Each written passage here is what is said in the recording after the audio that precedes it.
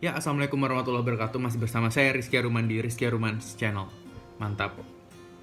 Oke, seperti yang kita tahu bersama bahwa virus COVID-19 telah masuk ke Indonesia. Dan tidak hanya itu, peningkatan dari kasus terinfeksinya sampai dengan hari ini mengalami peningkatan yang luar biasa. Beberapa ahli bilang peningkatan yang eksponensial, jadi peningkatan yang sangat drastis, meningkat grafiknya, kurvanya sangat meningkat. Jadi ini menimbulkan banyak reaksi di masyarakat. Dampaknya sangat besar, reaksinya sangat beragam. Karena reaksinya beragam, jadi sangat bising sekali, terutama minggu lalu atau 2 minggu lalu, kita benar-benar bingung ketika virus ini masuk ke Indonesia. Karena responnya ada yang beragam, ada yang bilang ini flu biasa, ada yang bahasa awamnya mungkin terlalu menyepelekan, ada juga yang mungkin terlalu panik. Jadi agak bingung dalam bertindak, negaranya agak bingung dalam bertindak dalam menyelesaikan kasus-kasus tersebut. Oleh karena itu, saya tertarik sekali membahas satu topik, yaitu rekomendasi strategi penanganan COVID-19 di Indonesia. Jadi awalnya aku tahu ini dari Dr. Mesti Aryo Tejo. Sama ya, latar belakangnya sama ya. Jadi karena bisingnya informasi, ada yang reaksinya A, ada yang reaksinya B. Jadi kita tuh tidak memiliki panduan, kita tidak punya rekomendasi apa yang harus dilakukan. Kalau nanya panduan atau rekomendasi, kita harus menanyakan kepada yang ahli. Di sini staf khusus Presiden Republik Indonesia, Pak Andi Taufan Garuda Putra, memiliki inisiatif dalam mengumpulkan para ahli-ahli, di mana di sini adalah dokter-dokter senior, perwakilan dari asosiasi profesi, perwakilan dari perhimpunan spesialis untuk duduk bersama untuk membuat pedoman atau rekomendasi strategi penanganan COVID-19 di Indonesia yang akhirnya disampaikan kepada Presiden dan Satgas COVID pada tanggal 16 Maret 2020. Mungkin aku bisa edit nanti di sini. Ada ya rekomendasi strateginya, total ada 18 partisipan di dalamnya, ahli-ahli di bidang medis dan paramedis yang berkumpul menjadi satu dan menciptakan 7 rekomendasi yang diberikan kepada pemerintah. Oleh karena itu saya akan bahas di video ini. Karena ini penting banget, karena penting untuk kebijakan kedepannya yang harus ditentukan oleh pemerintah. Aku lanjut aja ya. Untuk rekomendasi pertama, yaitu memperkuat koordinasi dan komunikasi antar pemerintah dan dengan masyarakat. Jadi koordinasi antar pemerintah, baik pemerintah pusat, pemerintah daerah, dan juga pemerintah pusat daerah kepada masyarakat harus lebih dikuatkan lagi. Kita harus memiliki satu suara, harus memiliki kolaborasi yang kuat dengan dengan saran-saran tim ahli kesehatan sebagai ahli di sini untuk memberikan informasi yang transparan, jelas, dan menyeluruh terkait kondisi terkini wabah COVID-19 di Indonesia.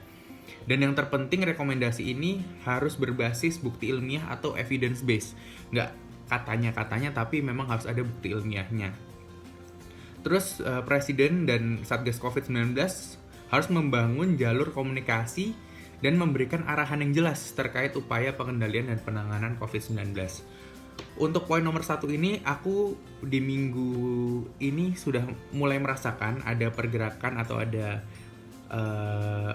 yang dilakukan pemerintah, menurutku sudah mulai dilaksanakan dengan adanya website. Websitenya adalah covid19.go.id. Jadi di situ ada situasi virus corona, di mana ada langkah penting, info penting, materi edukasi, tanya jawab yang disempurnakan lagi oleh jumlah kasus terkonfirmasi, yang perawatan berapa, yang sembuh berapa, yang meninggal berapa, itu lengkap ada di situ. Jadi bisa aku bilang bahwa sebenarnya kolaborasi, terus informasi yang transparan, jelas, menyeluruh, dan juga jalur komunikasi ini sudah mulai ada titik terangnya. Dan kita mendapatkan adanya website tersebut. Nanti websitenya aku sertakan di description video. Harapannya ke depannya koordinasi bisa terus dijaga, karena ini akan selalu dinamis ya ke depannya. Jadi semoga koordinasi antar pemerintah dan juga pemerintah ke masyarakat lebih bagus lagi, dan kita sebagai masyarakat yang bekerja di bidang medis atau yang mengerti tentang hal-hal tersebut bisa memberitahukan kepada masyarakat awam terkait hal-hal tersebut. Kedua, memastikan akses informasi dan data sebagai pengambilan keputusan. Di sini diminta agar adanya informasi terkait penemuan kasus, ODP atau orang dalam pemantauan, PDP pasien dalam pemantauan, pasien dalam pengawasan, dan pemetaan agar masyarakat mengedepankan keselamatan diri. Nah, ini diharapkannya data-datanya didapatkan secara real time agar mengantisipasi penularan dan menghindari lokasi resiko tinggi. Dan juga kalau bisa jumlah kasus COVID-19 ini ada perkiraannya, kasus ringannya berapa, sedangnya berapa, dan beratnya berapa. Untuk poin kedua ini saya juga udah mendapatkan titik terangnya juga di web covid19.go.id. Itu sudah ada informasi terkait penemuan kasus, terus juga berapa yang meninggal, berapa yang sembuh secara real time di seluruh tempat di Indonesia tuh sudah ada. Dan ini aku jelaskan lagi, ini kan secara pemerintah pusat sudah ada nih covid19.go.id. Ditambah lagi bahwa setiap pemerintah daerah ada yang punya website sendiri, dan ini lebih detail lagi. Ada kelompok umurnya, ada kecamatan mana. Contohnya adalah di Jakarta. Jakarta tuh ada corona.jakarta.go.id. Di situ tuh ada data pantauan COVID Jakarta ya. Dari orang ODP-nya berapa, PDP-nya berapa, kasus terkonfirmasinya berapa, yang sembuh berapa, yang dirawat berapa, yang meninggal berapa tuh ada. Wah, yang meninggal sudah 9% ya. Terus di situ juga udah ada petanya, publikasinya, dan juga kelompok umurnya. Jadi menurutku udah lumayan dikerjakan lah untuk masalah keterbukaan informasi dan data real time-nya. Cuman di perkiraan kasus ringan, sedang, dan berat ini belum ada. Diharapkan ke depannya pemerintah daerah bisa memberikan data-data yang lebih rinci terkait terkait COVID-19 ini. Jadi overall sudah ada perkembangannya dari pemerintah, perlu saya apresiasi. Selanjutnya yang nomor 3, memastikan tersedianya dukungan teknis pelaksanaan dalam penanganan COVID-19. Jadi Presiden dan Satgas COVID untuk membentuk tim perumus panduan dan pelaksana teknis melibatkan asosiasi profesi dan tenaga yang bekerja di lapangan untuk membuat dukungan teknis pelaksanaan. Jadi teknis pelaksanaan ini seperti kayak SOP-nya. Sebenarnya SOP saya udah membaca, ada panduan dari Kemenkes pada tanggal 16 Maret 2020 yang di-share di webnya Kemenkes. Cuman menurutku itu untuk dokter banget. Terus PDPI juga udah mengeluarkan, Perhimpunan Paru juga udah mengeluarkan, Perhimpunan Penyakit Dalam PAPDI juga beberapa udah aku baca. Tapi ini masih sangat teknis banget, sangat dokter banget. Menurutku masyarakat awam juga harus ada SOP yang mudah dimengerti ya. Untuk mengerti ODP dan PDP aja kadang susah. Jadi kita butuh algoritma yang mudah dimengerti oleh masyarakat. Nah, hari Kamis kemarin saya sudah mendapatkan algoritma yang cukup mudah bagi masyarakat, terutama masyarakat yang memiliki gejala terkait COVID maupun masyarakat yang pernah riwayat keluar negeri selama 14 bulan terakhir, atau masyarakat yang pernah kontak dengan yang terinfeksi positif COVID-19. Jadi udah ada guideline-nya, sudah ada algoritmanya. Mungkin aku akan taruh di sini. Ya, jadi di situ sudah ada gambarnya ya. Jadi SOP untuk dokternya saya rasa sudah dapat, SOP untuk atau algoritma untuk masyarakatnya juga udah dapat. Dan yang terpenting juga di sini teknis pelaksanaannya disertakan juga ada call center-nya juga, ada hotline terkait COVID-19 di 119 extension 9. Jadi bagi masyarakat yang mau bertanya-tanya bisa langsung ke hotline-nya itu. Jadi dukungan teknis pelaksanaan sudah mulai dikerjakan. Saya apresiasi juga. Yang keempat, memastikan tersedianya layanan kesehatan yang optimal dan aman. Ini memiliki butir-butir. Yang pertama, dibutuhkan peningkatan kapasitas layanan kesehatan, termasuk penambahan RS rujukan dan RS rujukan khusus COVID-19. Nah, ini di sini sudah mulai didapatkan ya. Tadi RS rujukan Jakarta cuma 3, sekarang sudah ada penambahan. Apalagi sekarang sudah ada namanya RS darurat di Wisma Atlet di Kemayoran. Jadi sudah mulai ditambah, dan Wisma Atlet juga rencananya mau dibikin menjadi karantina juga bagi masyarakat yang masih dalam pemantauan juga. Terus selanjutnya dibutuhkan pelibatan serta peningkatan kapasitas puskesmas atau layanan kesehatan primer untuk berperan dalam upaya screening dan penanganan kasus. Jadi garda terdepan puskesmas dan FKTP layanan primer diharapkan bisa melakukan screening dan penanganan kasus. Nah, di sini di tempat internship saya dulu saya mendapatkan informasi bahwa ada tuh namanya Polibapilnas. Itu untuk screening ini COVID atau bukan. Jadi mungkin beberapa daerah udah mulai dan beberapa daerah belum. Mungkin perlu disosialisasikan lebih gencar lagi. Selanjutnya, nah ini yang penting. Satgas dan Presiden perlu memastikan keamanan dan keselamatan tenaga medis, tenaga penyedia layanan kesehatan, terutama garda terdepan, dengan menjamin ketersediaan APD yang lengkap dan memadai. Nah, sejauh yang saya tahu banyak daerah di Indonesia yang masih miskin APD-nya. Jadi harapan saya pemerintah tolong, memang Pak Presiden Jokowi sudah mengucapkan ya bahwa kita harus menghargai para tenaga medis, harus dijaga keamanan dan keselamatannya. Namun logistiknya APD diharapkan segera sampai secepatnya ke Dinas Kesehatan Provinsi atau Dinas Kesehatan Kota biar didistribusikan ke puskesmas maupun ke rumah sakit terkait.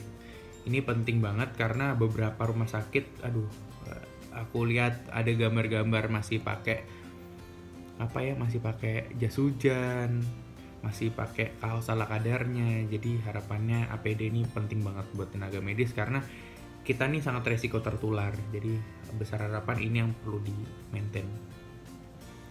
Terus selanjutnya diperlukan panduan terkait penggunaan APD yang jelas dan tegas. Ini sudah ada di panduan. Dibutuhkan komunikasi yang baik di seluruh layanan kesehatan, evaluasi, penanganan, dan pencegahan. Ya, harus evaluasi terus. Pemerintah pusat dan daerah wajib memastikan ketersediaan logistik termasuk alat kesehatan dan obat-obatan. Nah, ini memang pemerintah pusat dan daerah wajib memastikan. Tapi kita juga sebagai masyarakat, apalagi masyarakat awam, tolong jangan dibeli dong masker-masker terlalu banyak yang ditimbun.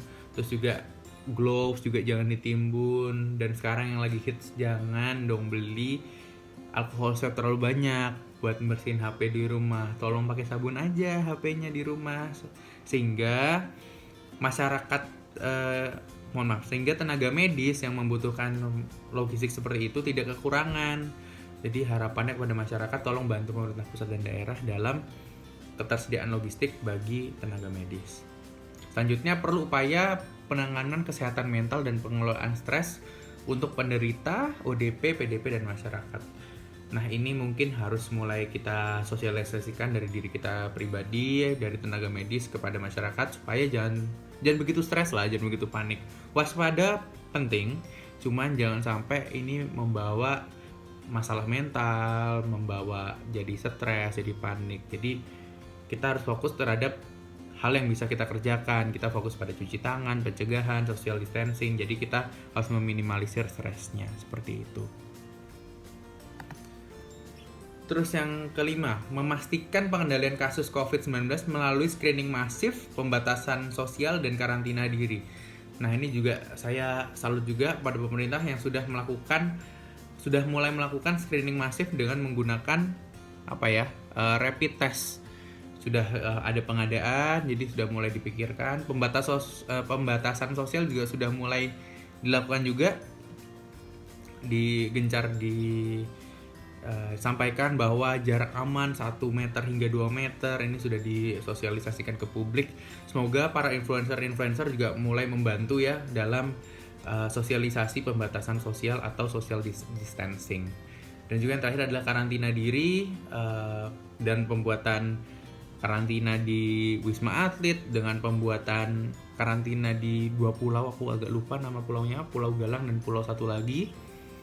Dan juga karantina diri lebih tepatnya di rumah dengan gerakan belajar di rumah, belajar dari rumah, kerja dari rumah, dan ibadah di rumah. Itu sangat membantu sekali dalam flattening the curve. Jadi kita butuh menurunkan angka kejadian dengan cara tetap di rumah. #tetap di rumah. Apa sih? Bukan. di rumah aja, hashtag di rumah aja. Sorry ya, saya salah. Nah, di sini perlu diketahui juga bahwa di butirnya ada hal yang menarik. Belajar dari Korsel, pasien COVID-19 yang terbanyak adalah kelompok usia milenial yang beresiko menularkan ke lansia dan orang dengan daya tahan tubuh rendah. Jadi, terutama yang masih muda, jangan merasa kuat karena imun sistemnya tinggi, tolong tetap di rumah karena Anda meskipun tidak mendapatkan dampak yang besar dari COVID-19, tapi dampaknya adalah kalian ini bisa menularkan kepada kelompok yang resikonya lebih besar, kepada orang tua kalian, kepada nenek kalian, kepada kakek kalian, kepada bayi-bayi kalian. Jadi tolong untuk tetap di rumah karena penularan atau kalian bisa menjadi carrier atau pembawa virus ketika kalian kontak dengan yang terinfeksi positif corona. Seperti itu yang perlu aku kedepankan. Selanjutnya yang keenam adalah pembatasan sosial berupa lockdown dengan modifikasi atau aturan yang diperjelas dan tegas di daerah prioritas seperti DKI Jakarta saat ini. Jadi perkumpulan dokter ini menyarankan untuk lockdown dengan modifikasi. Sebenarnya lockdown dengan modifikasi ini menurutku sudah dilakukan ya, dengan belajar di rumah, bekerja di rumah, ibadah di rumah, itu menurutku sudah semi lockdown. Jadi harapannya lockdown ini dipertimbangkan jika kondisi sudah tidak bisa terhandle lagi. Misalkan angka kematiannya semakin meninggi, tertinggi di dunia, atau ketika yang terjangkit itu peningkatannya sangat drastis, opsi lockdown harus tetap dipikirkan oleh pemerintah. Meskipun menurut hemat saya sekarang memang masih belum perlu, tapi kedepannya perlu dipertimbangkan oleh pemerintah. Ya seperti itu, pembatasan sosial, dibutuhkan alur mekanisme yang jelas terkait pembatasan sosial. Ya betul, lockdown ini perlu dipertimbangkan sih menurutku, tapi tidak sekarang. Terus yang ketujuh adalah memastikan upaya mitigasi dampak dan penggunaan teknologi dalam penanganan COVID-19. Nah, upaya mitigasi dampak ini lebih ke kebijakan di bidang ekonomi dan bisnis ya akibat COVID-19 yang mengutamakan keselamatan dan kesehatan masyarakat. Terutama pemerintah harus memikirkan upaya yang menjamin terpenuhinya kebutuhan harian masyarakat dan tidak adanya PHK pekerja. Jadi, waduh ini menurutku susah banget ya. Jadi harus memitigasi dampak ekonomi dan bisnis akibat COVID-19 ini. Jadi kita harus mengutamakan keselamatan dan kesehatan masyarakat. Ini sebenarnya ini bukan ranahku yang aku paham masalah ekonomi dan bisnis, tapi harapannya pemerintah harus menjamin kebutuhan harian masyarakat. Oleh karena itu ya presiden ngecek ke Bulog untuk melihat sebenarnya kita punya cadangan makanan yang baik apa enggak, dan juga PHK pekerja bagaimana pendapatan hariannya perlu dipikirkan oleh pemerintah. Jujur aku tidak begitu ahli di bidang ini, dan memanfaatkan teknologi atau mengurangi interaksi langsung termasuk pelaksanaan pertemuan online dan penggunaan telemedicine.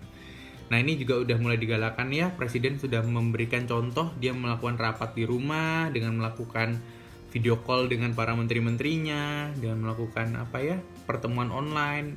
Jadi ini harapannya bisa menginfluence masyarakat sekitar untuk stoplah, kita tetap di rumah aja, jangan keluar kalau misalnya nggak perlu-perlu banget, dan juga tetap bisa produktif dengan memanfaatkan teknologi dalam menghadapi COVID-19 ini. Jadi berikut adalah 7 kebijakan yang menurutku 7-7-nya sudah dilakukan, meskipun beberapa dari hal-hal tersebut memang belum optimal. Salah satu yang harus aku garis bawahi di sini adalah APD bagi tenaga medis itu yang masih belum optimal. Harapannya ke depannya semua tenaga medis sebagai garda terdepan harus dijamin keselamatan dan kesehatannya oleh negara. Jadi besar harapannya kepada pemerintah untuk menjamin adanya alat pelindung diri bagi garda terdepan. Terus salut juga kepada seluruh tenaga medis, sejawatku, para medis juga, wartawan dan segala macam yang terus-menerus bekerja, yang tidak ada kata bekerja di rumah. Aku sebagai orang yang juga tiap hari bekerja, salut banget. Semoga ini berkah buat kita dan membawa kebaikan bagi kita. Tetap sehat, tetap semangat buat semuanya. Oke, mungkin segitu aja. Semoga dengan adanya hal ini aku membahas tentang 7 kebijakan yang rekomendasi strategi penanganan ini, semoga masyarakat jadi tahu apa yang sudah dilakukan pemerintah, apa yang jadi rekomendasi dari para dokter. Semoga kedepannya semakin baik lagi. Mungkin segitu aja, semakin ngalor ngidul omongan saya. Terus nantikan video-video edukasi dari saya terkait COVID-19 di hari-hari ke depan. Semoga bisa memberikan info-info yang menarik dan info-info yang bermanfaat bagi kalian semua. Wassalamualaikum warahmatullahi wabarakatuh. Ciao.